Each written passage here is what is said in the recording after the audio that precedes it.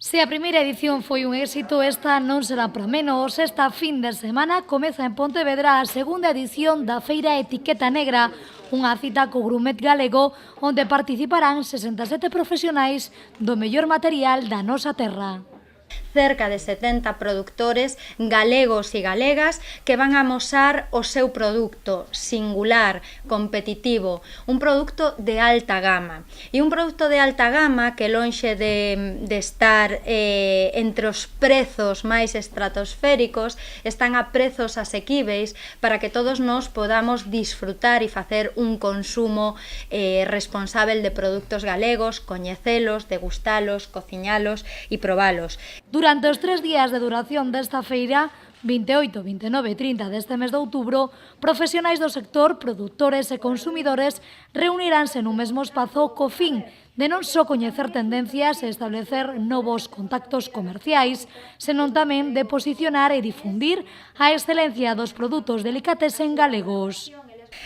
Temos en Etiqueta Negra preparado e listo para salir produtos como lampreas, castañas, cafés, licores, sidras, galletas, patés, mermeladas, cervexas artesanais e non artesanais, e carnes de razas autóctonas do país.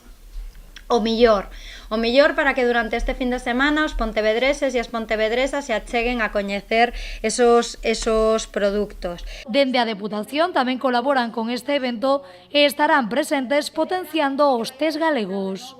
Era importante volver a participar cos obradoiros de té, coa tetería de Areeiro. O ano pasado a verdade que foi un éxito de público que incluso nos sorprendeu gratamente. E, como sempre, pois a idea é poñer en valor as potencialidades da camelia, dar a coñecer o té galego que se está producindo e sobre o que se está investigando en Areeiro e facelo tanto para produtores como para o público en xeral, é dicir, para os consumidores e os propios comercializadores. Así que xa o saben, esta fin de semana teñen unha cita co mellor da gastronomía da nosa terra, cos mellores produtos e os mellores profesionais.